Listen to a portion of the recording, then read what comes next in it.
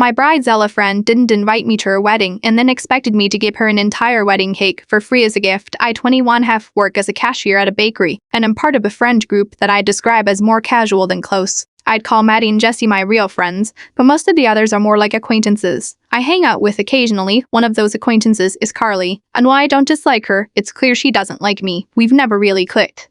For Maddie's birthday, I brought her a cake, and when Jessie had her small civil wedding, I brought another as my gift. At that celebration, Carly commented that the cake I brought was good, but a bit dry. Everyone exchanged awkward looks, but she kept nitpicking. I didn't think much of it and moved on. Carly has been planning her wedding for months, and while she invited Maddie, Jessie, and the rest of the group to help her plan, I wasn't included. I wasn't surprised when I didn't get an invitation. I figured we weren't close enough.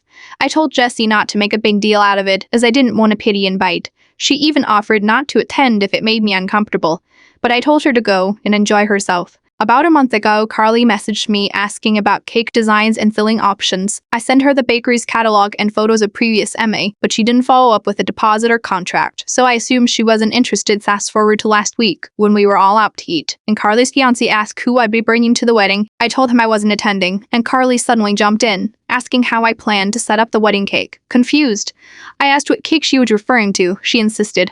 I'd agreed to bring one, but I explained we'd only discuss options and that no order had been placed. She then claimed the cake was my wedding gift to her. When I clarified that our bakery requires a contract and deposit, she became visibly upset. Carly asked if Carly had paid or signed anything, and Carly responded that she shouldn't have to because it was a gift. I calmly explained that I couldn't make that happen on such short notice and left. Later, Carly sent me a long message saying I owed her the cake since I'd given Maddie and Jessie cakes. When I pointed out that they weren't wedding cakes and that she hadn't invited me, she left me unread. I also messaged her fiancé with after our conversation, and he apologized, saying Carly had told him I'd offered the cake.